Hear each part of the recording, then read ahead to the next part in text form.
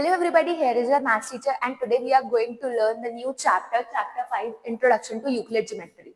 So basically last video में हमने पढ़ा था कोऑर्डिनेट ज्योमेट्री क्या होता है, ज्योमेट्री के बारे में पढ़ा था. इस वीडियो में हम पढ़ेंगे Euclid geometry. So basically geometry क्या होता है? ज्योमेट्री मींस, ज्योमेट्री एक ग्रीक वर्ड से ओरिजिनेट हुआ है जिसमें जियो मींस होता है अर्थ एंड मेटन का मींस होता है measuring.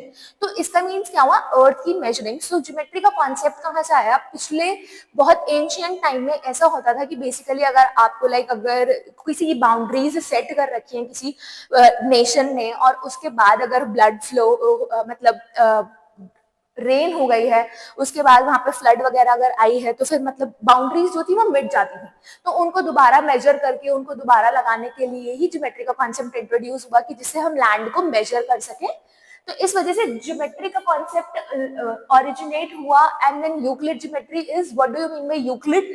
Euclid is basically a mathematician जिसने ज्योमेट्री का कॉन्सेप्ट इंट्रोड्यूस किया. तो हमके यूक्लिड की क्या ज्योमेट्री थी हम वो इस चैप्टर में पढ़ेंगे.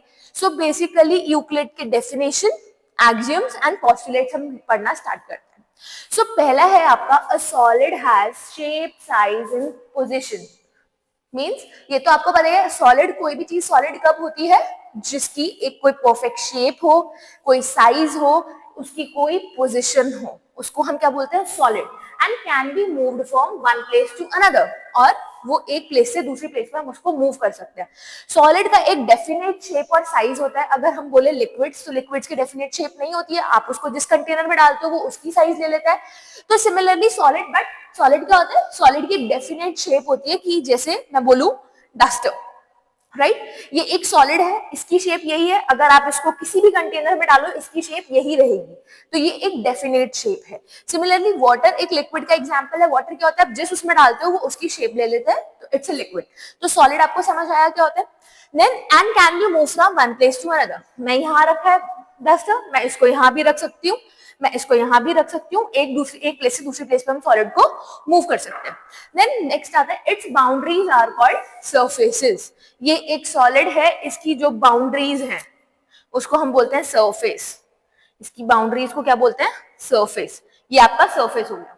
नेक्स्ट आता है the boundaries are the surfaces are curves. Like ये जो है ये क्या है? कर्व्स. ये किसी भी सॉलिड शेप के कर्व्स होते हैं, उसकी बाउंड्रीज को क्या बोला जाता है? सरफेसेस की बाउंड्रीज को, राइट? जैसे ये आपका एक सरफेस था, इसकी बाउंड्रीज क्या है? ये और ये. इनको क्या बोलते हैं? कर्व्स. और या फिर आप स्ट्रेट लाइंस भी बोल सकते हो. A solid has 3 dimension. Solid है 3 डायमेंशन, मतलब length, breadth and height, right? 3 dimension हुए. And then surface has 2. ये सरफेस है, इसका 2 डायमेंशन हुआ, length and breadth, right? And next है अ लाइन हैज 1 डायमेंशन. ये लाइन है, ये 1 डायमेंशन है.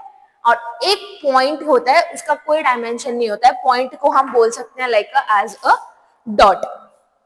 पॉइंट मतलब मैं रिप्रेजेंट कर रही हूँ डॉट को. ओके, ये हो गया पॉइंट. लाइन, आपकी लाइन तो नॉर्मली सबको पता ही है, लाइन होती है ऐसे. सरफेस होगा जिसके 2 डायमेंशन, 2D बोलते हैं इसको. और जो सॉलिड है उसको क्या बोलते हैं? 3D, right? ये आपको कुछ बेसिक डेफिनेशन समझ आई होंगी. आगे करते हैं. सो ये कुछ आपके पॉइंट्स हैं. A point is that which has no part. मतलब एक पॉइंट एक ऐसी चीज है जिसका कोई भी पार्ट नहीं होता है. अब देखो यूक्लिड ज्योमेट्री में क्या होता है, जैसे कुछ भी टर्म्स अगर आप किसी को डिफाइन करने के लिए करते हो यूज, तो उनकी भी एक डेफिनेशन होती है, राइट? फिर अगर आप उसको डिफाइन करने के लिए कुछ यूज करोगे वर्ड, तो उसकी भी एक डेफिनेशन होगी, राइट? तो ऐसे क्या होता है, एक चेन बन जाती है. अगर आपको किसी भी एक इसको डिफाइन करना, अब मैं बोलूं आप इसको पॉइंट को डिफाइन कर रहे हो, तो पॉइंट क्या? A point is that which has no part. अब आप पार्ट की एक डेफिनेशन हो सकती है. What is part? अब पार्ट की कोई डेफिनेशन होगी, उसमें कोई एक ऐसा वर्ड होगा जिसको भी डेफिनेशन की जरूरत है. तो ऐसे इसको बोलते हैं चेनिंग. मतलब आप किसी चीज को डिफाइन कर रहे हो तो वो चेनिंग हो जाती है. नेक्स्ट है a line is breadthless length. Line is a breadthless length. Line एक है, इसकी कोई भी ब्रेथ नहीं है, राइट? नेक्स्ट है the ends of a line are points. Line है कोई, इसके जो एंड्स है, मतलब एक ये और एक इनको क्या बोलते हैं हम? Point, points, right. ये है लाइन और ये है पॉइंट, राइट। नेक्स्ट आता है, a surface is that which has length and breadth. अभी मैंने आपको डस्टर के एग्जांपल से बताया था, सरफेस ये होता है, इसका एक लेंथ होता है, इसका एक ब्रेड्थ होता है, ओके। नेक्स्ट पॉइंट है, the edges of surface are lines. Surface की जो एजेस हैं, बाउंड्रीज हैं, उनको क्या बोलते हैं? लाइंस। अब यूक्लिड ने कुछ एजम्पशंस बनाए जिनको यूनिवर्सल ट्रुथ बोला जाता है। ऑब्वियसली वो यूनिवर्सल ट्रुथ है, इसी वजह से वो यूक्लिड के कुछ एजम्पशंस थे जिनको एक्सियम्स और पोस्टुलेट्स बोला जाता है। अब हम एक्सियम्स और पोस्टुलेट्स देखें। अब पोस्टुलेट्स क्या होता है? पोस्टुलेट्स और एक्सियम्स हमें पढ़ने में। पोस्टुलेट्स बेसिकली क्या होता है? Postulate is the term used for the assumptions that were specific to geometry। मतलब ज्योमेट्री में कुछ ऐसे assumptions यूज किए गए हैं, यूक्लिड ने कुछ ऐसे assumptions दिए जो कि स्पेसिफिक सिर्फ ज्योमेट्री के लिए ही हैं, उनको बोला जाता है postulate. And common notions often called axioms. मतलब कुछ कॉमन चीजें हैं जो सब मतलब और भी चीजों में यूज हो जाती हैं, उनको बोलते हैं एक्सियम्स। तो कुछ यूक्लिड के एक्सियम्स क्या थे वो पढ़ते हैं। पहला, things which are equal to the same thing are equal to one another. इसका मतलब क्या हुआ कि थिंग्स, कुछ भी जो एक दूसरे सेम चीज के इक्वल है, वो आपस में भी इक्वल होते हैं। मैं इसका एग्जांपल लेके बताती हूँ। मैं कहती हूँ AC जो है वो BC के इक्वल है, ओके। और अब मैं बोलती हूँ जो PQ है वो भी BC के इक्वल है। Things which are equal to the same thing, right.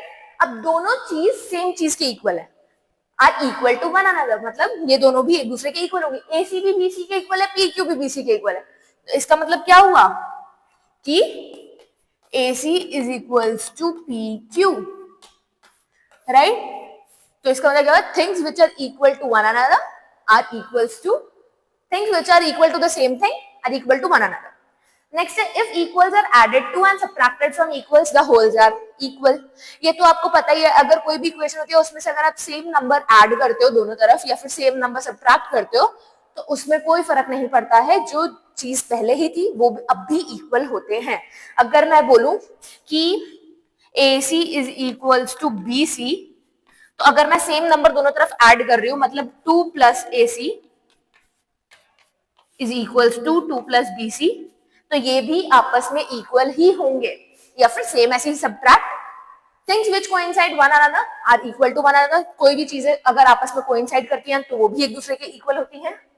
Things which are double of same things are equal to one another. अगर किसी की चीज की डबल इक्वल होती है तो उसके वो खुद भी इक्वल होता है। अब मैं बोलती हूँ, मैंने बोला था AC is equals to BC, अगर मैं बोल दूं twice of AC is equals to twice of BC, तो इससे आप ये कंक्लूड कर सकते हो ना कि दोनों के डबल एक दूसरे के इक्वल है, तो वो चीज भी इक्वल है, मतलब AC और BC भी इक्वल है। Similarly things which are half of same things are equal to one another. Similarly अगर मैं इसको बोल दूं 1/2 of AC is equals to 1/2 of BC, तो इसका मतलब भी क्या है? AC is equals to BC। ये कुछ एक्सियम्स थे। अब हम यूक्लिड के पोस्टुलेट्स पढ़ेंगे जो उन्होंने पोस्टुलेट्स दिए थे और आपकी एनसीईआरटी बुक में गिवन है। यूक्लिड के पोस्टुलेट पढ़ता है। पोस्टुलेट 1, पोस्टुलेट 1 क्या बोलता है? A straight line may be drawn from any one point two any other point. कोई भी एक लाइन किसी एक पॉइंट से दूसरे पॉइंट पे ड्रॉ की गई, एक पॉइंट से दूसरे पॉइंट पे ड्रॉ की गई। तो इसके लिए एक्सियम क्या बताता है? गिवन टू डिस्टिंक्ट पॉइंट्स, अगर दो अलग अलग पॉइंट्स दिए हुए हैं तो उनसे सिर्फ एक यूनिक लाइन ही पास हो सकती है। अगर ये दो पॉइंट्स दिए हुए हैं, क्या आप इससे कोई और लाइन पास कर सकते हो? एक यही लाइन पास हो सकती है। तो एक पोस्टुलेट है। Second postulate, a terminated line can be produced इंडेफिनिटली। एक टर्मिनेटेड लाइन मतलब AB, इसको मतलब बोल सकते हैं लाइन सेगमेंट। कोई भी लाइन सेगमेंट, हम इसको ऐसे भी लिख सकते हैं AB, ऐसे AB या फिर BA ऐसे, ठीक है।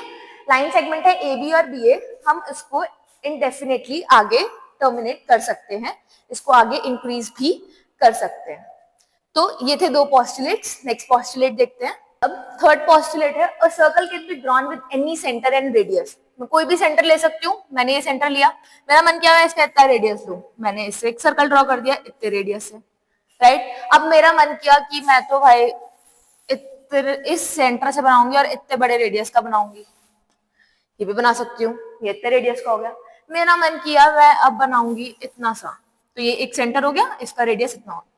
तो एक सर्कल कितने भी सर्कल, हम एक सर्कल किसी भी सेंटर और कितने भी रेडियस का ड्रॉ कर सकते हैं। Next postulate,